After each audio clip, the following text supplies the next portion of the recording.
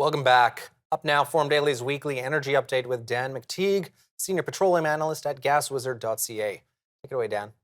Well, thank you, Nathaniel. What a couple of weeks have been seeing here on energy markets, and it has pretty wide implications, I think, for not just production of energy, but also, of course, the cost of energy. Who would have thought at the beginning of the year, when oil was moving towards $100 a barrel, that it would suddenly turtle, go backwards, and push down towards $77 a barrel, despite the fact that on the basis of fundamentals, the so-called supply and demand, oil is still pretty tight and demand destruction has not taken place.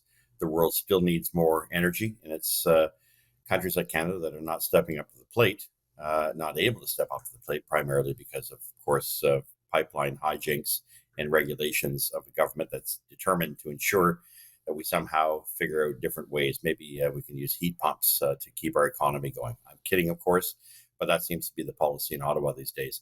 Energy prices have dropped. They've dropped an average of about 5 cents a liter this week.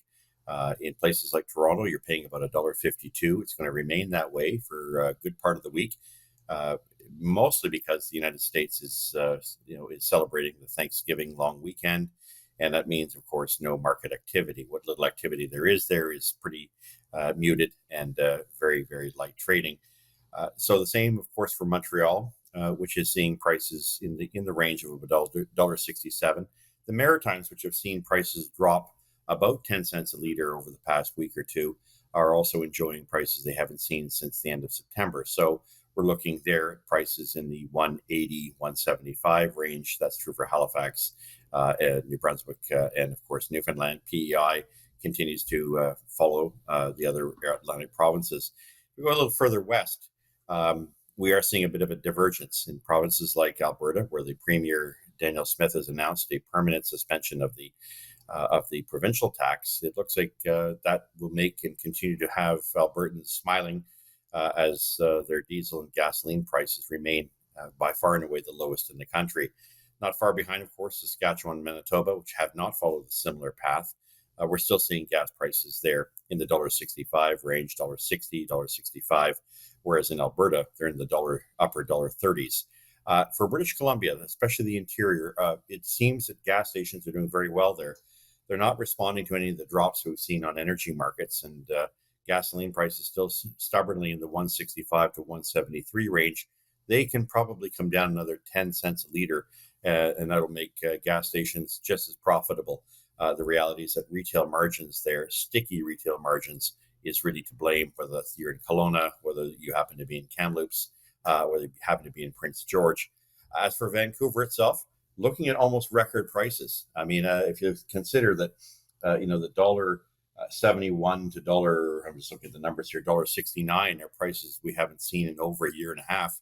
It's a bit of a benefit, and it does suggest, at the end of the day, what is driving these prices lower is an obsession by markets, not physical traders of oil and gas, but in fact financial speculators over lockdowns in China, demand destruction, inflation. The laundry list goes on.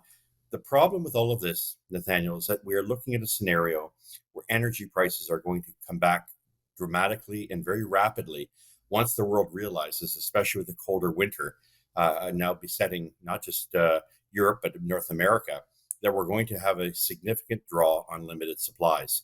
I suspect that by December the 5th, OPEC will meet. They are not going to change their commitment to drop oil production by 2 million barrels a day. That too will have an impact. And, we're really running out of excuses globally as to why we would want to see prices for energy drop at a time in which there seems to be a continuation of an energy crisis, if you will, a scarcity in production. Borrowing oil, as the United States is doing through its strategic petroleum reserve, looking for alternatives like going on bended knee to Venezuela, as the Biden administration is doing, it's only going to make the situation not geopolitically impractical.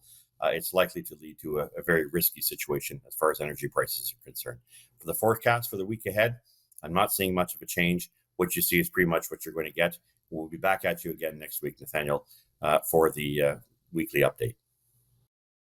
Well, thank you, Dan. Lots to keep in mind this week. Again, that was Dan McTeague, Senior Petroleum Analyst at GasWizard.ca. He is also the president of Canadians for Affordable Energy. Well, stay with us. When we come back from the break, we'll be moving from the energy industry to the realm of cryptocurrencies. Our weekly crypto and digital asset update with Catherine Murray is up next.